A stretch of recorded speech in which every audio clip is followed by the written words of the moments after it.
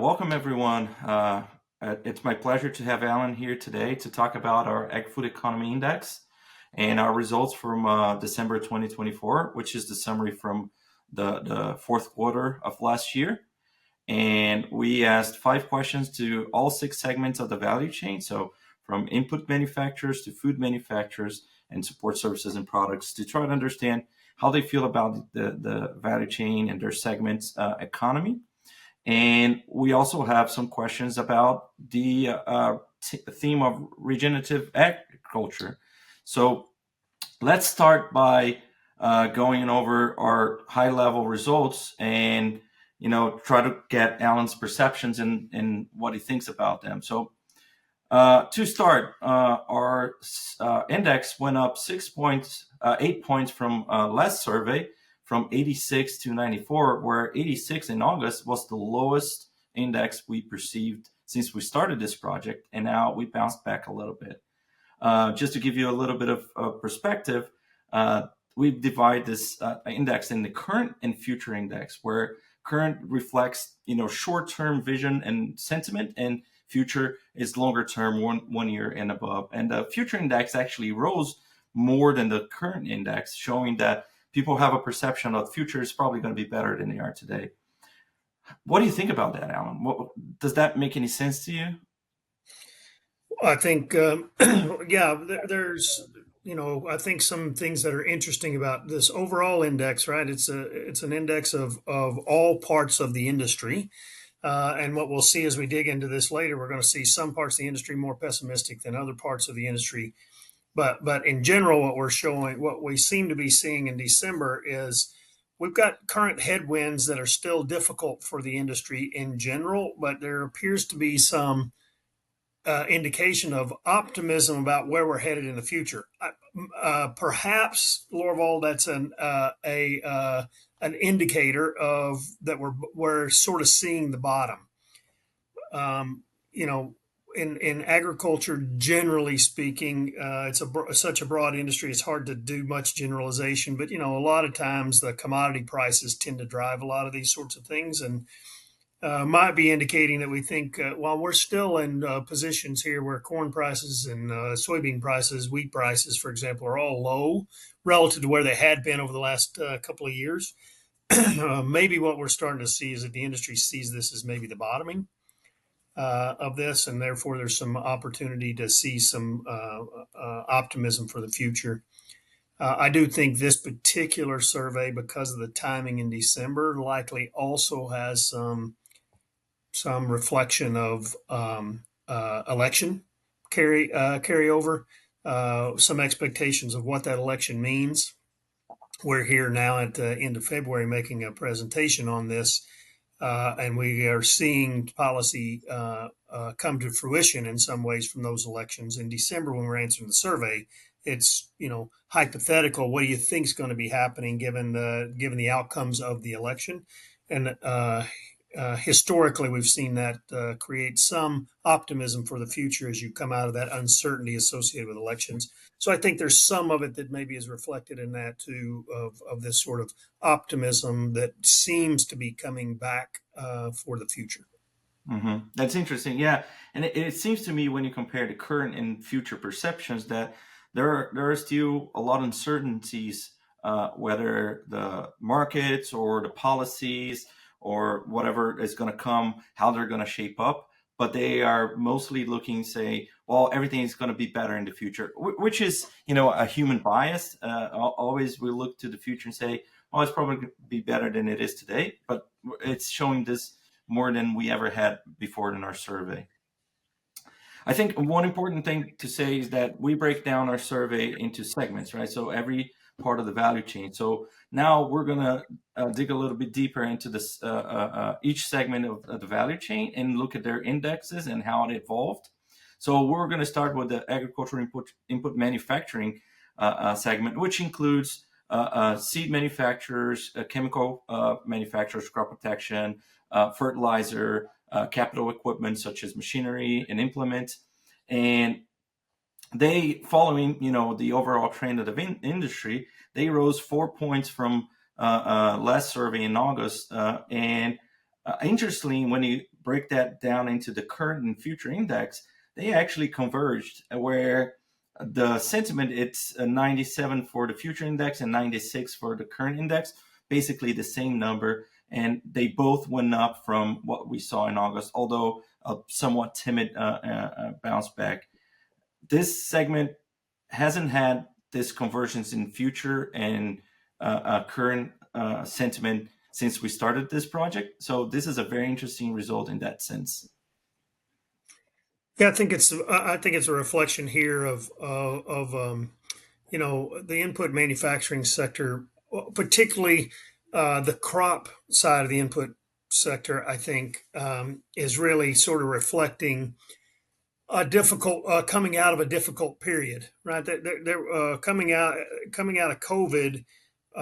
This industry, particularly on the crop side, faced some significant challenges with inventories. A lot of inventory stuff that had to be worked through, which was really challenging on cash flows for that side of that industry. And I think what you're seeing a little bit is that side of the industry feeling the current conditions getting better. We've worked through this inventory. We've got an opportunity now to sort of reset and optimize our production capacities, get our products into the marketplace at the right sort of inventory sizes. I think that's a big part of what's happening there on the current side of that. And then the future side would probably include the animal health side of that industry as well as is in this future view where I suspect, again, we don't know answers to these sorts of things. You get a lot of times you do these surveys and you get these answers and then you have just more questions than answers, so we kind of have to speculate a bit. But I suspect this has to do with some potential view that maybe regulatory requirements are going to lessen a little bit under the new administration. That gives you maybe a little bit better opportunity to bring new products to market.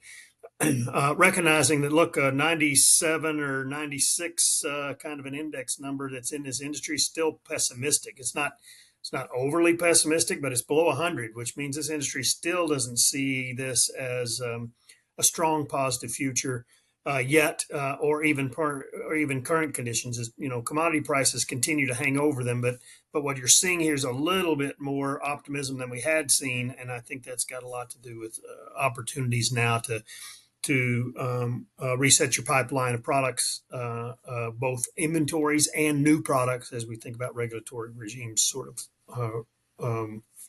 lowering.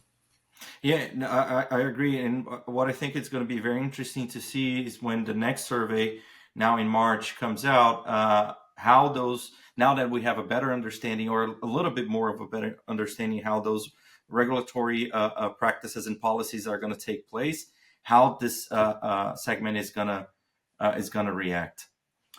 Moving forward now to the next link of the value chain, the agricultural input distribution, which includes retail and wholesale, co-ops and non-co-ops.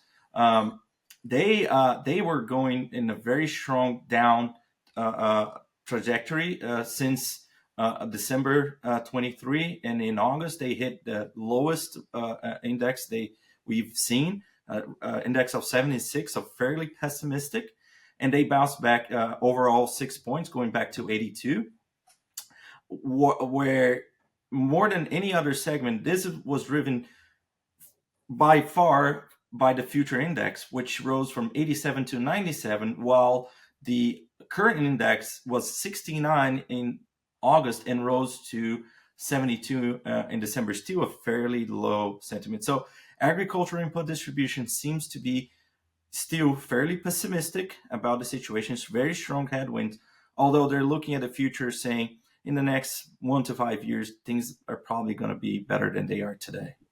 And I think this is a very interesting segment of value chain, right, Allan? Especially because of the dynamic of our industry. They connect a lot of the parts of the value chain, including the farmer, which is the engine of this whole thing. And if they're very pessimistic, that is very important for companies to react to, right? Yeah, for sure. I think really ag input distribution puts a pretty good gives a pretty good pulse for where we are currently at the farm level. I think give a pretty good sense of where we are at farm level. So commodity prices are driving, in my judgment, a lot of the concern here at the ag input distribution level. That they low corn soybean prices are going to drive this segment a lot in terms of their sentiment. Low corn soybean prices are low now, low as they've been. We've got some farm incomes have dropped pretty dramatically over the last 3 years from where they were. And I do think, Lourival, there's some of that. Some of this is pessimism in the industry coming off of some pretty high optimism 3 years ago. Ag input distribution was doing quite well 3 years ago. And so there may be some of this that's sort of pessimism coming out in the survey that is, it's just not anywhere near as good as it was 3 years ago. Might not be as bad as what the index is suggesting, except that it just feels really bad because of how good it was last couple 2 or 3 years, and now suddenly that sort of picking high cotton, if you will, is not it's not there anymore like it was, and that's probably some part of it of an indication of that. The good news here is to think about that we do seem to see a pretty significant uptick in that future index, suggesting that this industry is like, okay, we got some headwinds right now, but the future here still has a lot of upside, which uh, I think is good for the industry to be seeing. We got a production ag sector that is still while it's down some, it's still relatively healthy, and there's lots of future opportunities here in a number of different directions for these folks that are right there with the farmer, helping them navigate the current and future conditions, where they see lots of opportunities in the future to continue to do the work. And I think this is probably, hopefully, I'm thinking this is a leading indicator of we're near that bottom and starting to see maybe an opportunity for an uptick. Yeah, and that's really important that you highlighted that our survey asked about how people feel and think about certain parts of their businesses, and I think that bringing the perspective of we're coming off a really good time in our industry to a not as good time, that proportionally seems negative, but might not, if we look at it objectively, might not be as bad as it sounds. So it's important to keep that in mind. Now, moving forward to the next link of the value chain. So now we're talking about agricultural production. So livestock, crops, everyone. Um, Up until June, it was fairly stable, our index. But then, like any other segment of the value chain, in August we saw a major dip in sentiment. Our index went from 108 in June to 79 in August. But interesting, it was the biggest recover we had in the entire value chain, where agricultural production rose back from 79 to 101, which is basically neutral sentiment. And that was very interesting. That's a very strong dynamic. And the current and future index in farming, which is really interesting also, they never change too much. They're never very different from each other. And now they both went down and they both rose up, where the future index is a little bit higher than the current index, but they're pretty much the same, 103 in the future and 99 in the current. Farmers are happy, Allan. Seems like they're feeling a lot better than they were in August at the end of 2024.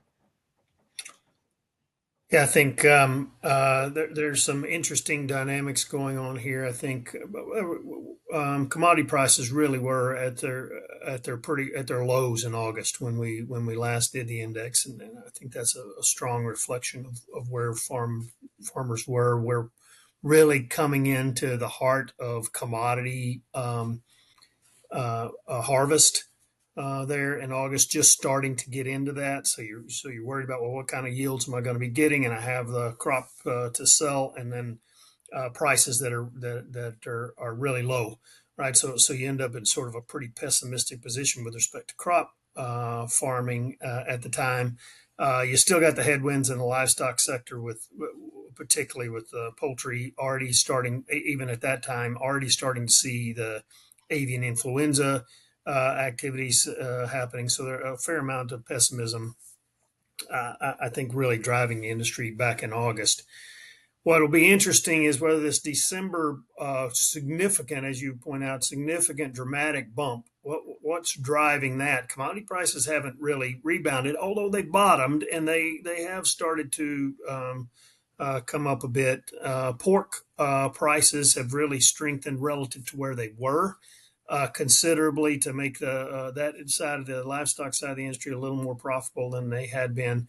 So I think there's some of that happening where you see the animal side of this industry being more positive because of profitability coming back on their side with both their prices, but also feed prices, commodity prices coming down, getting a cost control on the animal side. So I think you end up with this uh,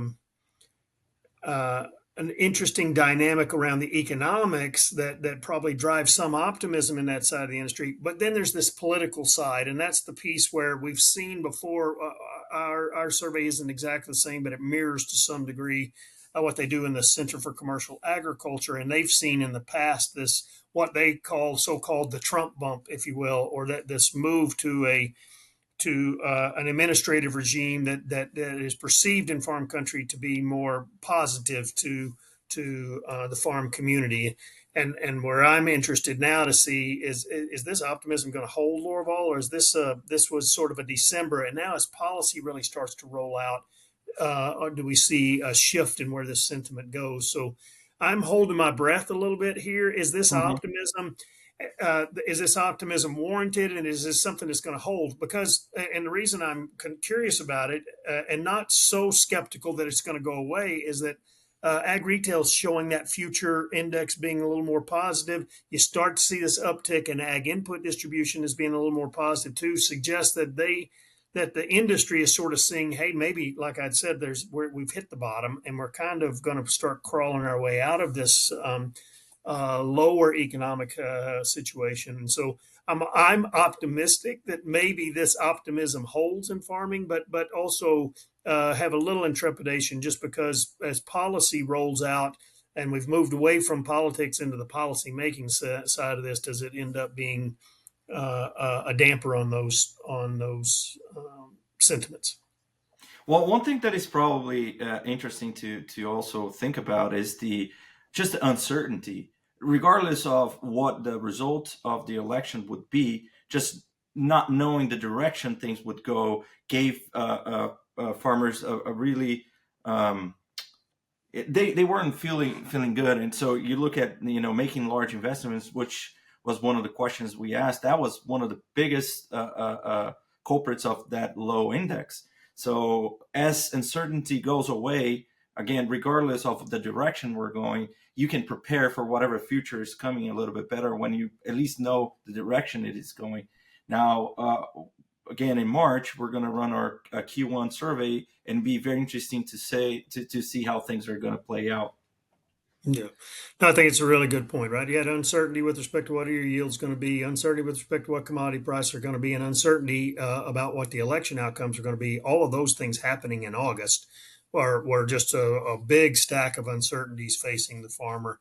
Now, regardless of what the outcome of the election was, you have an outcome. So now there's one less uncertainty. Commodity prices did tend to stabilize and start to improve as we were moving into December, and you know what your yields are because you've had harvest by the time you get to December. So a lot of that uncertainty you see in August has kind of gone away in December. I think it's a good point that's maybe one of the reasons we saw this rebound was just the general uncertainties kind of were washed away in time from August to December. Yeah. Correct. Yeah, I agree.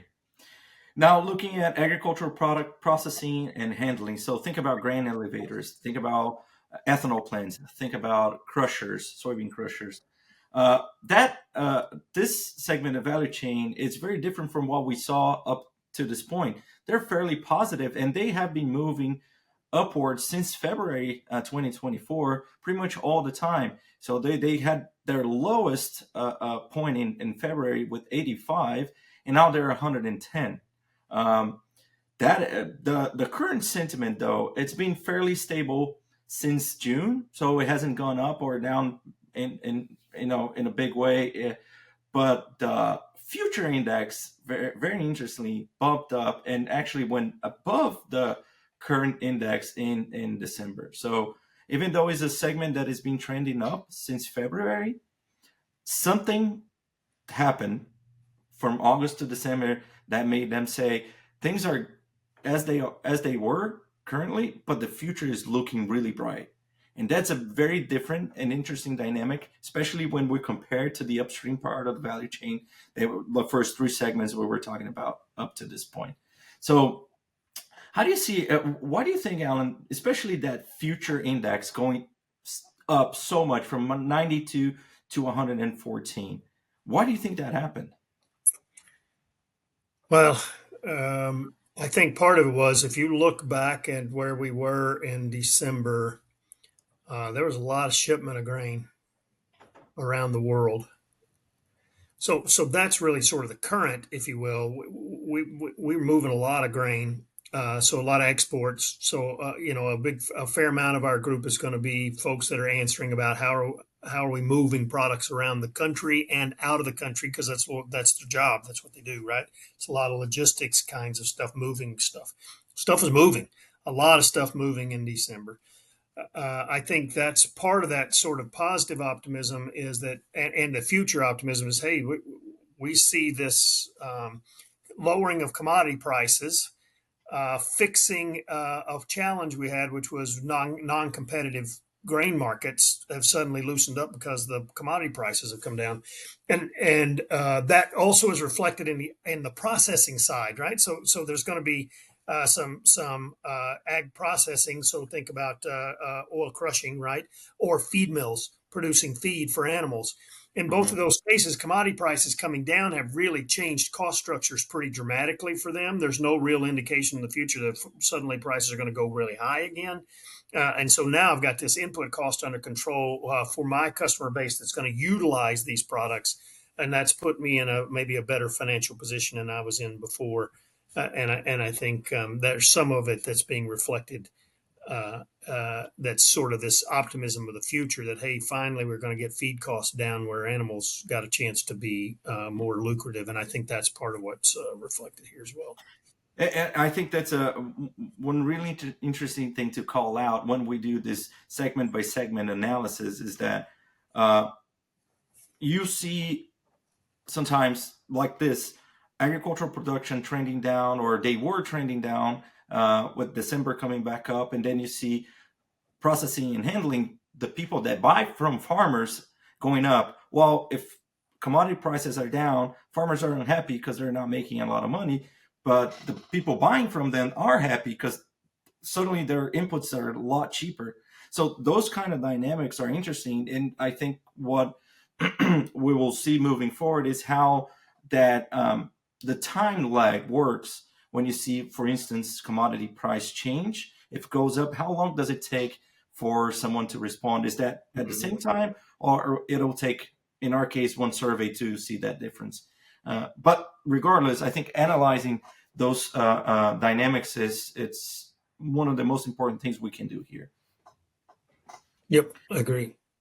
All right, going to our second to last segment of the value chain, the food manufacturing. So food manufacturing is a really interesting segment for us because it moves a lot. It has a high delta when it comes to their sentiment.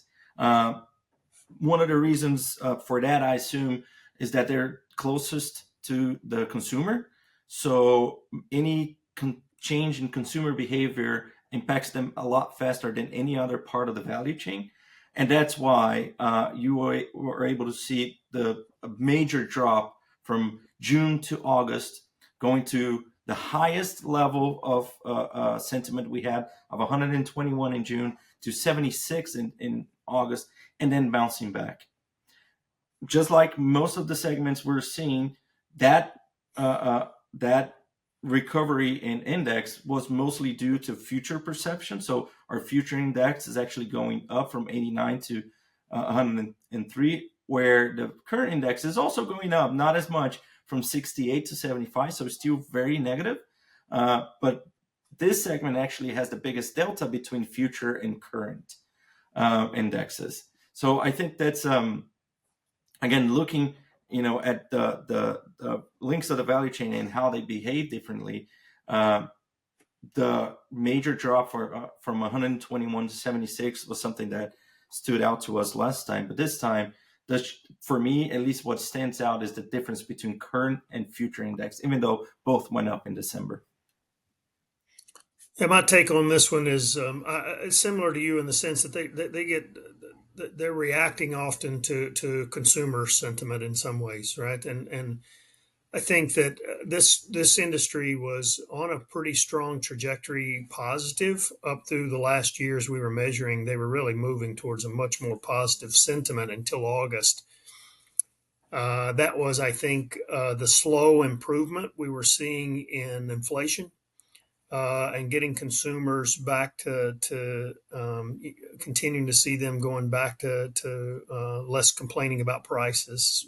But then in August, one, we had uptick in inflation again, and we have this reflection then of uncertainty around the politics and the elections, and where are we going to go with respect to or which administration, which group may win the elections, and what that might do to inflation and food prices in general.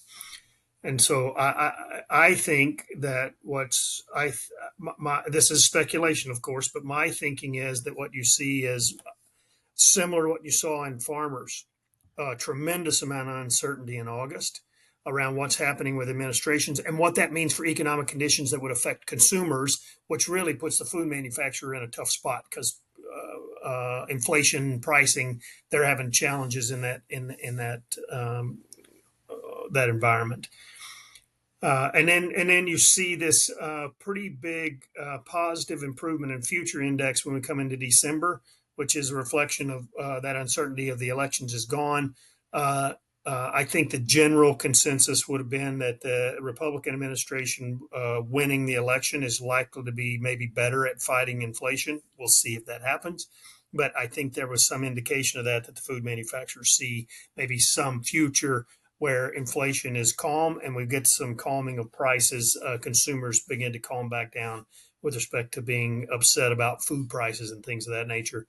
Of course, avian influenza notwithstanding, egg prices now are even higher than they were at the time we were complaining about egg prices, which is a good example, I think, of where food manufacturers are sort of stuck in this thing of what do we do about inflation, which is hard to manage. And a lot of it's out of your control, right? So they thought maybe I'm thinking that maybe in December they thought that was going to be gotten under control, and we'll see if that plays out again in the policymaking process. But that's my view of that, is that they were really starting to, again, feel a lot of pressure, which made them really pessimistic. Some positive improvement now because they viewed the administrative change there as one that might be positive for this inflation challenge that they've got. Yeah, yeah. All right, our last segment of the value chain is the most stable segment, is the one that changes the least, is the support services and products. So here you're thinking about financial institutions, you think about market research institutions, you think about just, logistics, companies that provide services so the ag value chain can function. They are trending downwards, pretty much since we started our project in October 23, but it's a very slow decline. So it's not something that is stark or it's very steep, but we are coming down from starting at 102 in October to 95 in December 24. So, over a year difference, and it's fairly stable. And what is interesting about this segment is that the future and current indexes, they kind of trade places. Basically, they are almost the same, but in 1 month the future is a little bit higher than the current, and then they flip, and then they flip again back. So in December, we can see the future a little bit better, 102, and current and 90. So not a major difference between them, and certainly we have not seen what was a major driving force for every single segment, which is the uncertainty in August, the commodity prices going down. That didn't seem to affect this segment whatsoever, but they have this sort of very slight downwards trend across the entire time we had this survey out. So that's a very unique segment. one argument we can make is that we're bringing very different types of companies into this segment. So logistics and financials, they're different, and they might be offsetting each other. But I think one of my arguments of why this segment is unique is that they never hold ownership of the product being created at the farm level. They are always supporting those they are, but they're in the picks and shovels, let's say, kind of business, not in the gold business. So that's why I think that there's a very unique dynamic in this segment. Yeah, I think you've hit the nail on the head in a lot of ways there, Lourival. These folks are not the operational folks, right? So our other indices get impacted a lot by operational activities, which means products, commodity prices, things like that tend to affect them a bit more. I see this group as sort of this is the group that has the broadest macro view, and they're going to be driven by macroeconomic conditions more so than microeconomic conditions, which is what you see in the other segments. That's sort of my take on this. So this group is driven by even more so by interest rates, inflation rates, trade imbalances, things of that nature are the things that drive them. They want to see that they're driven by where the the Federal Reserve's actions are. They're driven by what happens with tax policies. These are things that I think impact this group's sentiment more so maybe then certainly it impacts the other groups too, but operational stuff is what impacts the other groups so much. And here you don't see the operational, so the macro tends to come through. And I think that's a little bit of what you're seeing happening with this group is that the current macroeconomic conditions are not great, and that's why you're seeing current conditions continue to be pessimistic for this group. Uh, Interest rates continue to be high. Inflation seems to be stubborn. It can't drop back to the 2% they'd like to see it at. We recognize that there's likely to be some tariff stuff going on. Even in December, you knew that there might be tariffs coming with the new administration, and there's clearly going to be tax changes that are going to be happening. These are all sort of monetary and fiscal policy related activities that I think drive the sentiment in this industry. And that's where you see some of this. You saw a pretty big bounce back with respect to optimism in the future index, which is probably, Lourival, this reflection of, okay, the election's over. That uncertainty's gone. Now we at least know where we're going to be going with respect to these directions. It creates some uncertainty for us, certainly in the short term, but now we've got some general direction, and I think that's what reflects this one. It's also the reason why I know I've heard you say this before in the past, but this group just, in some ways, relative to some of the other segments, kind of boring because it doesn't move much. But the reason it doesn't move much, in my judgment, is it's macroeconomic driven sentiments, and that's going to make them be a little bit stabler. They're not reacting to the immediacy of the business impact from operational stuff. Well, and that macro versus micro argument, I think it's a really good insight because if you're working with those companies in that belong to that segment, that's something that you got to keep in mind, and maintaining and managing that relationship. What is going to drive their sentiment and behaviors, right? So this is something that we need to keep in mind. I think it's really interesting.